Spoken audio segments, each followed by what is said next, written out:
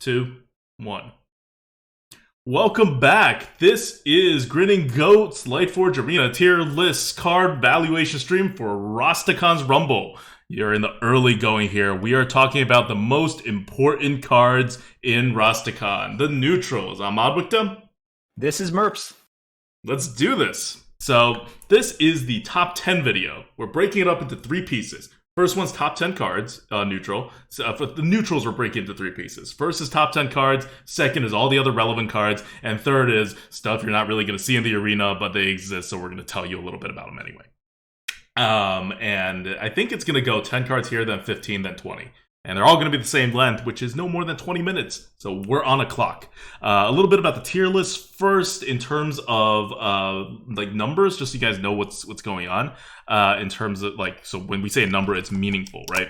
Hard 0, so 0 means no value. Everything else scales proportionally. So a 50 scored card would be literally twice as good as a 25 scored card, and a 100 scored card is literally twice as good as a 50 scored card. 100 is our center. It is always the center. So the average card in the entire game will be a 100. The average card in your deck is usually like a 120. Yeti right now is a 117. It jumps around depending on which meta we're in. In this meta, we're marking Yeti at a 117. So that's where you can consider how other cards are rated. And we'll tell you what the relationships are with similar cards when we go here. So do you want to go from the bottom up, or do you want to start at the number 1 card? I start at the number 1 card. Let's do it. The number 1 card. We're starting at the top. The number 1 card, without further ado, in Rastakhan's Rumble, Dragon Ball Scorcher. Yeah. All right. So Dragon Ball Scorcher. It's a dragon. 5 mana, 3/6 common. Not that it really matters. But Battle Cry, deal 1 damage to all other minions.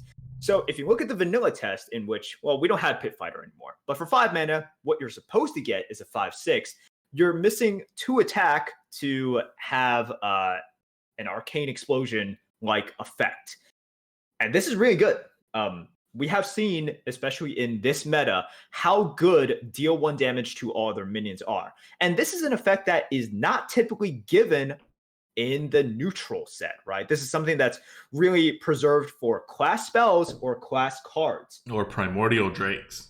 Or Primordial Drakes, right. So some of you guys might think, well, we have Missile Launcher, right? That was sort of the introduction. Huge difference between these.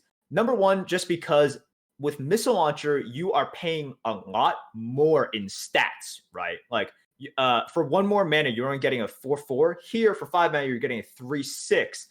And, I do understand Missile Launcher is persistent as well. But if we were just thinking about the turn in which it comes out, Missile Launcher is also end of turn. This is beginning of turn. Huge differences there, right? So you're able to kind of resolve. Well, this isn't beginning of turn. This is whenever you want. Battle Cry. Yeah. This is sorry. I meant Battle Cry. Whenever you play it. But yeah, with cards like this, a lot of 2-sided effect cards. I think too many people are just like, well, it affects my board too.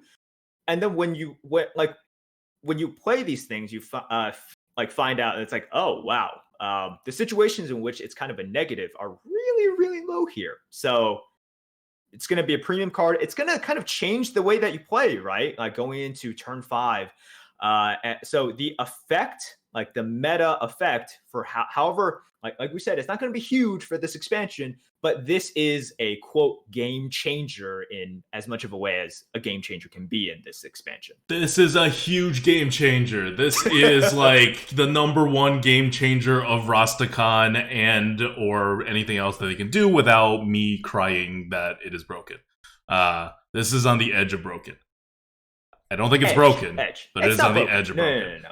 Coming out 1 turn earlier than Missile Launcher is huge. This is the earliest Blizzard has ever allowed a double-sided board clear in neutral. That cannot be overstated enough. It changes everything, especially because think about Boomsday and how many tokens there were with all these like 1/1 whatever. Like Microtech controllers generate 1/1. Seta Thresh generate 1/1s. Viola Worms generate 1/1s. Whatever that 4 mana thing is, that's a 3/1 that generates 3/1/1s. Egg Nappers generates 1/1s. Just 1/1/1/1/1/1 everywhere in Boomsday. And those cards are still in the meta, and this guy destroys them all. like huge counter meta card to the previous meta, and it will set the pace for the new meta just by its existence. It will only be offered, I want to say once every 4, at most once every 3 decks, based on the offering rates. So it's not going to be everywhere by a long shot. But if it does so much that even though it's not going to be everywhere, whenever you see it, you're going to notice it, and it'll probably ruin your day because the rest of the meta is still pretty boomsday. Score-wise, 144 is 3 points higher than a Primordial Drake. I'm going to say that again. 3 points higher than a Primordial Drake. And you guys all know how busted we think Primordial Drake is. This comes out 3 turns earlier, is 3 points better. I think it's less problematic than Primordial Drake because it doesn't double-sided board clear plus taunt, right? So it actually doesn't swing as hard as Primordial Drake when it comes to what you are trying to do or what your opponent is trying to do. So I like the design of this card compared to Primordial Drake a lot more. Overall, do I like double-sided board clears as a mechanic for neutral? No, not at all. But Blizzard clearly does, and as far as those cards go, this is about as unoffensive as you're going to get. Right. So once again, I just want, for those of you seeing this for the first time and they hear the phrase, this is better than Primordial Drake, I think some people might think these guys are absolutely insane. Really? But, well, so here's what I want to make sure people understand. Whenever a card is higher than another card, because I think a lot of people immediately think it's like, dude, I would much rather have Primordial Drake, as in sort of like, if I could play either one, I would much rather have Primordial Drake. If it were turn 10, I would rather have Primordial Drake. Right. So just remember, what these scores take into account is playability, and, you know, like, some games never reach turn 8, and other games, even when you reach turn 8, the Primordial Drake has to stay in your hand for a while. So what these scores incorporate is sort of how good is the card overall. And that also takes into account the times in which you cannot play Primordial Drake because it's not turn 8 yet. Right? Remember that when it comes to effects that we've seen over and over again, the algorithm knows all, and it will almost never be wrong about simple things like this. When it does make mistakes, it's when we have to do something new that we hadn't really done before. Like, we messed up Give Rush in the last expansion, and that made all the Give Rush creatures, minions, like a lot higher on our tier list than they actually were.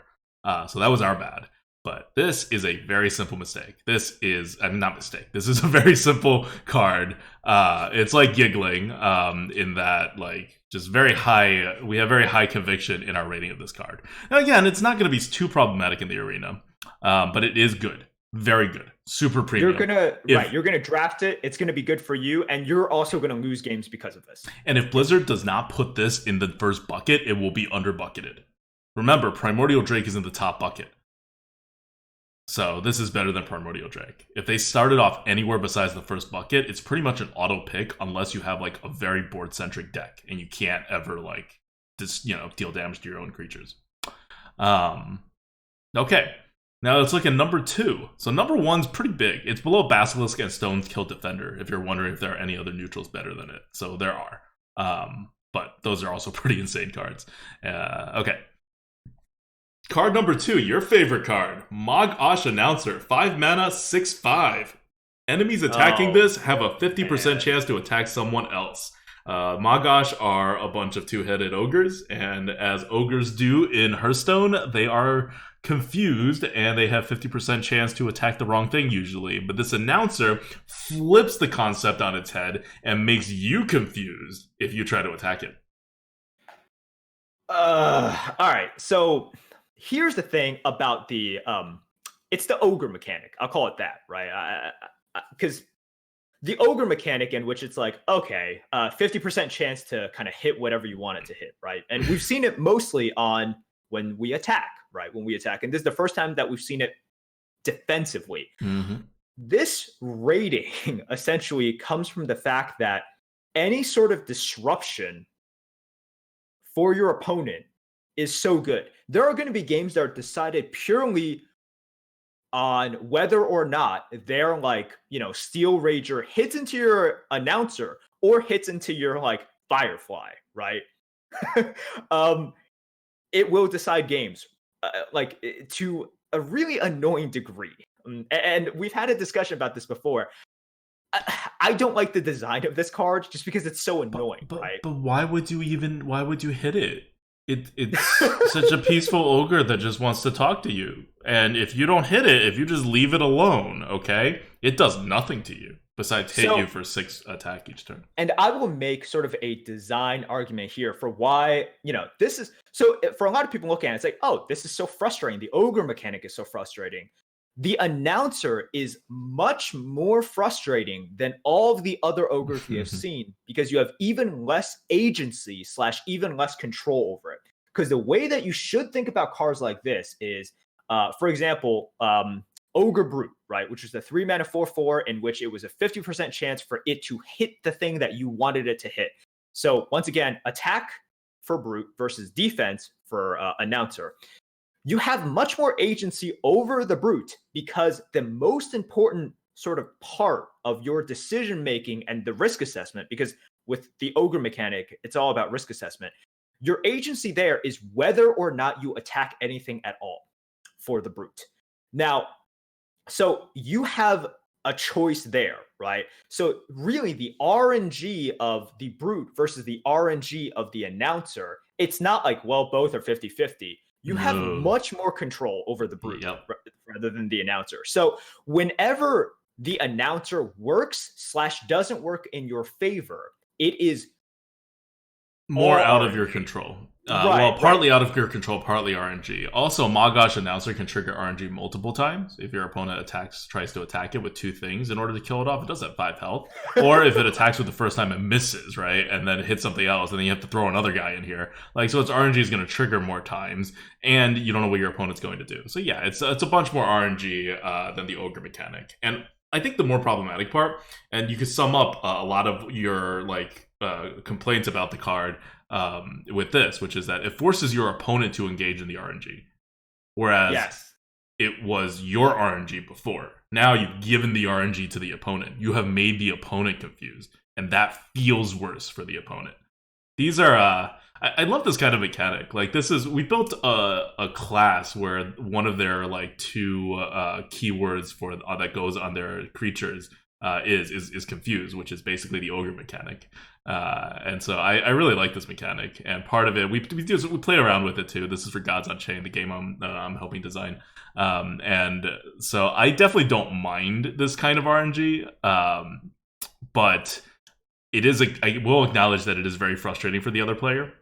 But we do other frustrating things to people, that game wears big boy pants compared to Hearthstone.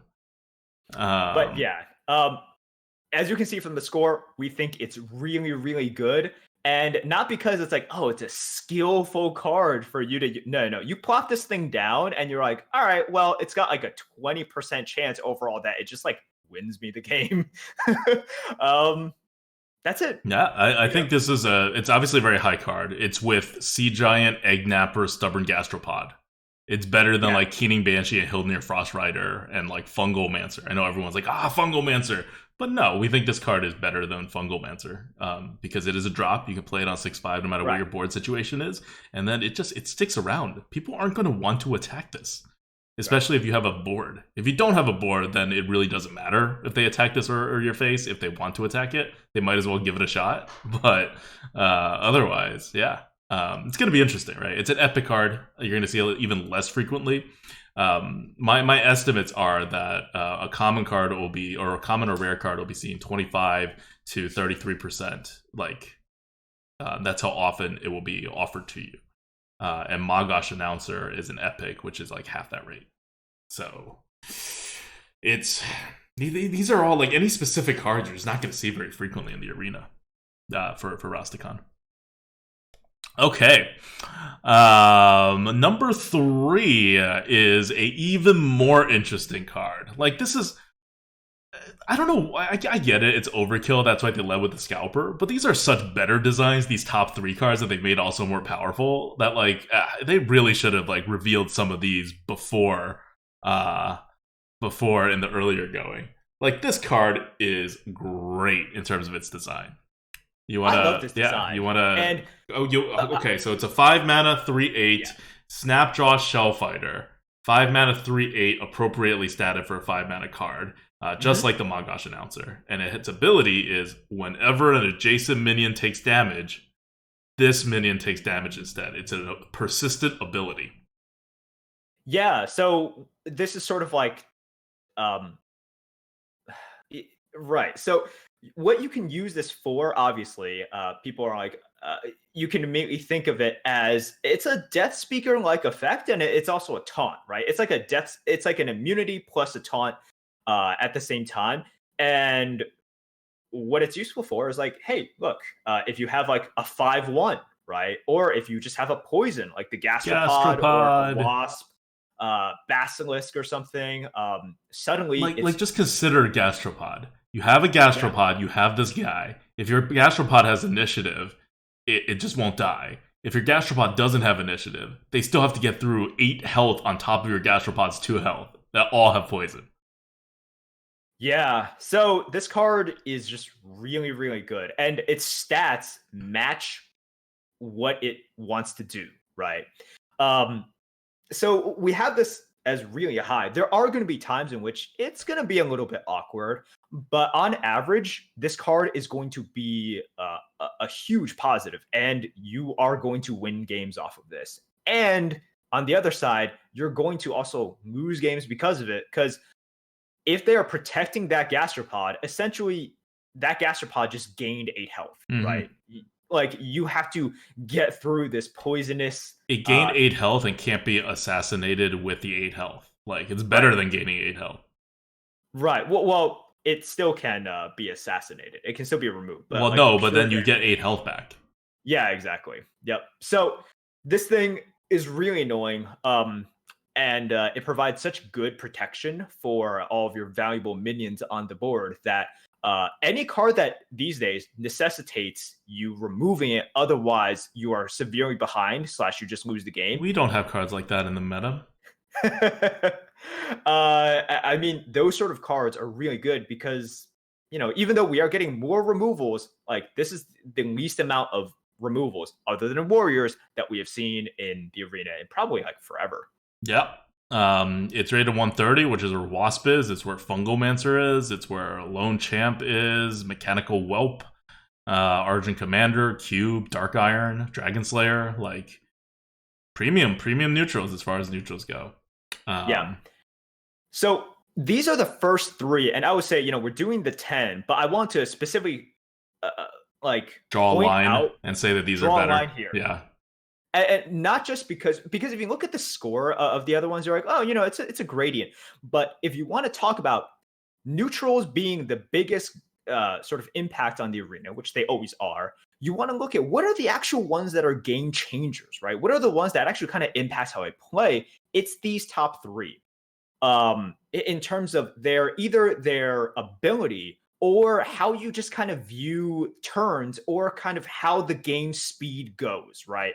So Dragon Ball Scorcher with its ability, Magash Announcer with its stats and ability, and Snapjaw as well. These are the three cards that you can actually say these are game changers, right? And the other ones either don't have the power level or they don't really change what you do. Like it's just I've seen this before, and this is just a little bit more of what I've seen. So these top three are not only the best, but there is a clear cut between Snapjaw Shellfighter and the other cards just because in terms of game-changing impact on the meta, it's these three and it's the rest. Yep. And you know how Blizzard likes to test certain mechanics before they make it into like normal mechanics, like Devil Soar became Rush. I'm kind of scared if this becomes like a popular regular mechanic, because this is like a handful to like think about and deal with. It's a very complicated card. Like, you want to talk about big boy pants in a TCG? Blizzard's putting them on in this set. Like, not just with Overkill. Overkill is like kind of low hanging fruit, but Snapjaw Shellfighter's mechanic, Magash Announcer's mechanic, those are thinking cards. You may think Magash is all like the announcer is all about RNG, but It's a lot of thought to be had of when you hit into it, what you would do if it misses, what you would do if it hits this. Should you just attack face instead? Is it always better to just attack this instead of attacking face or another like all this stuff, right? Like thinking. These are epic cards, and Blizzard designed them well. So let's move on to number 4. These are going to go faster because they're not. I hope they're going to go faster. This whole 20-minute video thing, we just hit the 20-minute mark, by the way. This 20-minute video thing is not happening. All right, anyways, number 4 is Former Champ. This card is a 5-mana 1/1, evolved nerf. And with Battlecry, summon a 5/5 Hotshot. So it's 5 mana for a 1/1 and a 5/5. Altogether, you're getting a split 6/6. We've seen cards like this before, right? And this is a good card. You know, not that much to say about it. It's just you're getting more stats than it should be. It's where Shroom Brewer is. It's where Violet Worm is. It's where Loot Hoarder and Plated Beetle are. Kodo. Like, it's a good card. It's a solid, low premium card. And it's not fancy, but, you know, it does its job. And you may be thinking, oh, but it doesn't trade well into this or into that or into whatever. The boards are messy these days. No one's playing 2 into 3 into 4 into 5 into whatever. You're like exact matchups with certain particular like stats really by turn 5 don't matter too much. And it's just the amount of stats it has is very important. Yep. So the card after that is Amani Warbear. And this will be potentially a staple in the arena as well. 7 mana, 5/7 beast with rush and taunt. And this comes in at a 123. So this is close to stuff like Cursed Disciple, Bittertide Hydra, Weaponized Pinata. You know, good cards. You see them and you take them. Rush is obviously a very useful mechanic. The only knock against it is you're giving up a decent amount of stats for Rush and Taunt, right? And usually these two things are not exactly necessary. So and they fight each other. Because when you rush, you lose health, and then they're no longer taunts. Because taunt doesn't do anything the turn you play it. It does stuff on your opponent's next turn. So when you no longer have the health, you're taunting for less. Right. So this is good, but and you know perhaps you'll see it quite often because I doubt they will sort of overbucket this card. Although I have no idea. But yeah, like coming out on turn 7, we have seen some really good kind of like big powerful minions, and this is just, you know, like we can add to it, but it doesn't change the game in any way. Yeah, so 123 should be like third bucket, like where we're in the former champ and Amani Warbear should be like third bucket zones. The other cards should be like, if you're thinking about buckets, Dragon Maul and Magash should probably be first bucket. Snapjaw should be second bucket. But I don't know where they're actually going to put them. So if they put these like lower, then you should definitely take them. If they put these in the first bucket, then don't. They're not like that good.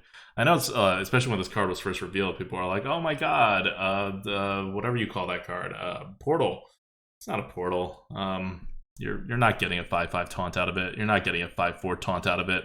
You're probably getting a smaller than that card out of it at the end.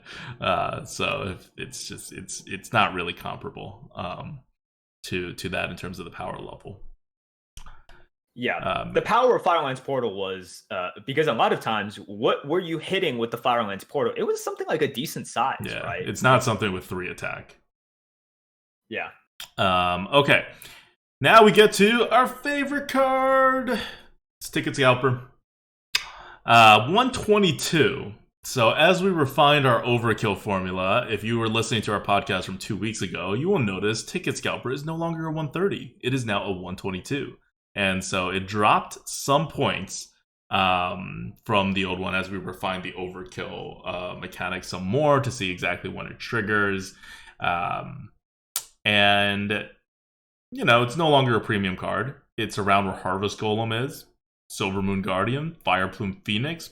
Okay, we put Bone Mare down here, just FYI, in case people are wondering. Like, yes, people like Blizzard thinks Bone Mare is still like a bucket 1 card, but it's really kind of not. Cult Master, Defender of Argus, Injured Blade Master. That's where we're at now with Ticket Scalper. And the problem with this card, if you really want, we devoted an entire episode of the Life Force to it. Just look it up. It's from 2 weeks before this one, so it's 172 is the number. The main problem is the swing. Draw 2 cards is worth 5 mana in Hearthstone. Or rather, that's draw 3 cards, we have to use a card. Here, you don't use a card. So effectively draw 3 cards, it's 5 mana. This card's only 4 mana. Whenever you have an effect that is outsized to even the body itself, it's terrible. Terrible design.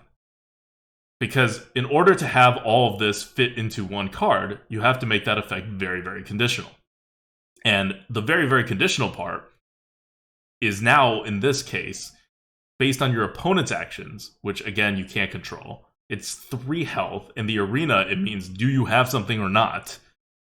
And on the next turn, it will overkill. And it even on top of that bad design of having this huge swing that you can only do by making a conditional that you can't control and you can't fulfill, it also has a slim chance of doing this like twice or 3 times to like really ruin the game.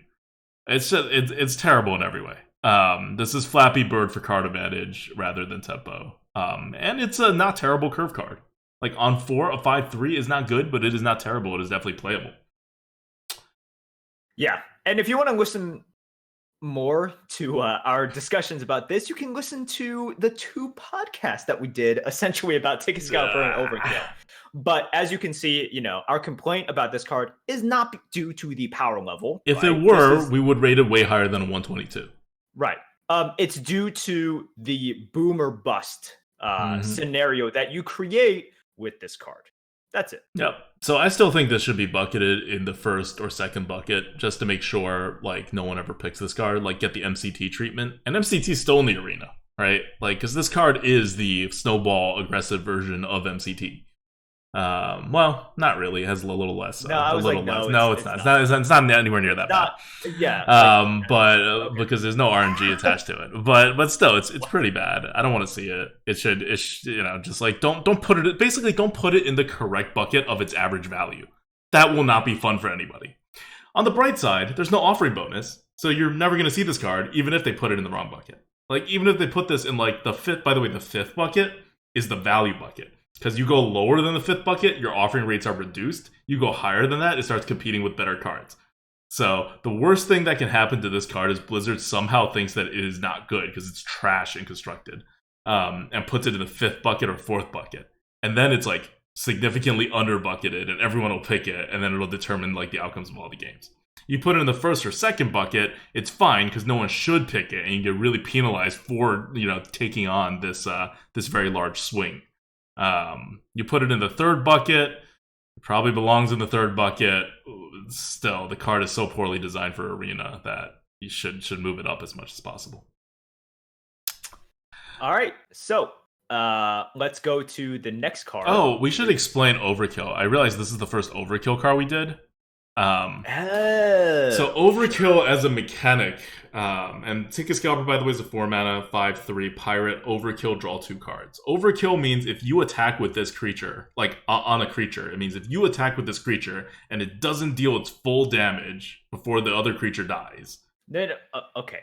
I'm going to. Every time you use the that, correct explanation. No. People get really confused by it, and people have confirmed that they get really confused whenever you say that. Okay, look. Overkill means if you have dealt more damage than is necessary to kill something, then you get its effect. Okay? Let's continue on. Okay. So that's Overkill. Next card. That was a 122 for Ticket Scalper. And now we are at a 120 with Untamed Beastmaster. Yep. So guys, once again, we're excluding legendaries for now. Also, no neutral legendary is in this range. Right. So Untamed Beastmaster, 3 mana, 3/4. Whenever you draw a beast, give it +2/+2. Are you going to draw a beast very often? Probably not, but you get vanilla stats, and if you do draw a beast, wow, +2/+2 in your hand for doing absolutely nothing is amazing. That's like utterly amazing. So this is a card that is not going to hit very often at all. But also, you gotta like survive. By the way, yeah, that's like people were wondering why this card isn't like absolutely insane. It's not just because you have a very small chance of drawing a beast. It's also because it does nothing unless it survives. Right. See, so Ticket Scalper not being like a 150. Yeah. So you have to calculate the chance that it'll live to the next turn in which you draw something, and then you calculate the chance that your next draw is not just a minion but a beast, really, really low.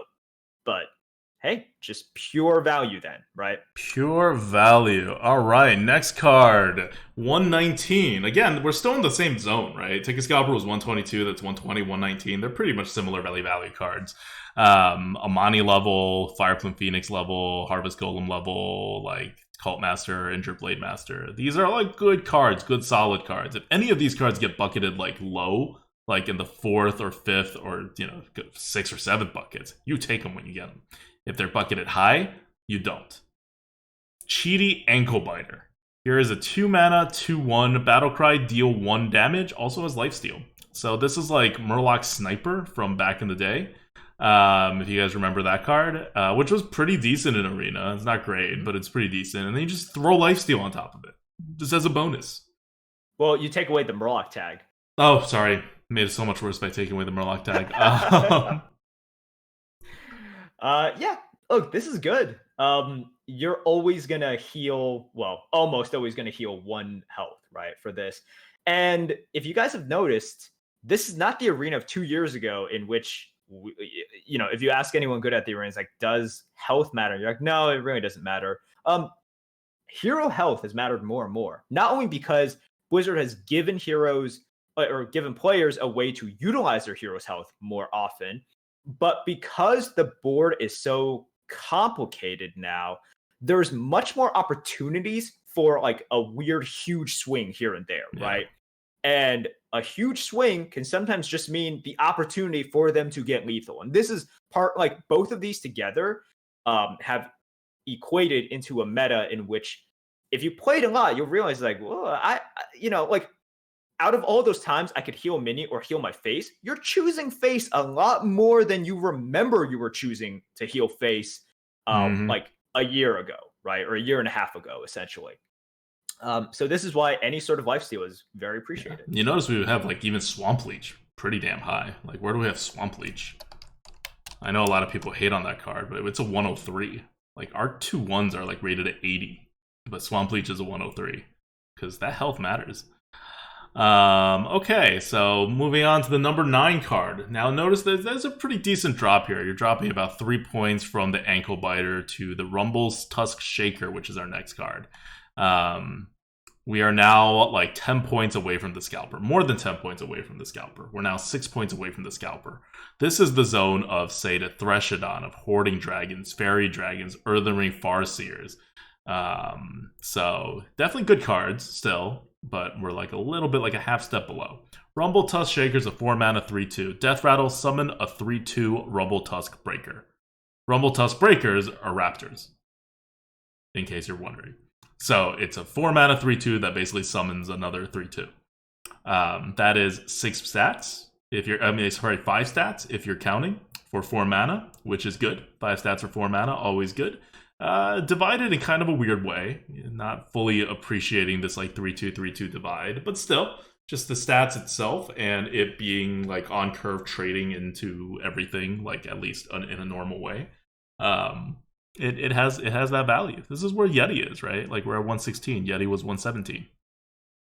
Yeah, this card is so if you look at the tier list, it's about 7 or 8 points lower than Cursed Disciple, right? Yeah. And in some instances, it will be better than Cursed Disciple even, and but in most cases, it'll be worse, right? And we recognize that. But this is one of those cards in which, because my initial reaction was just like, I don't like this card. It's not good.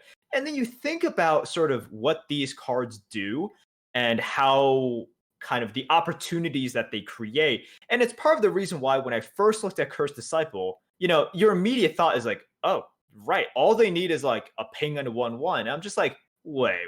I've just laid out the specific scenario, which is the worst case.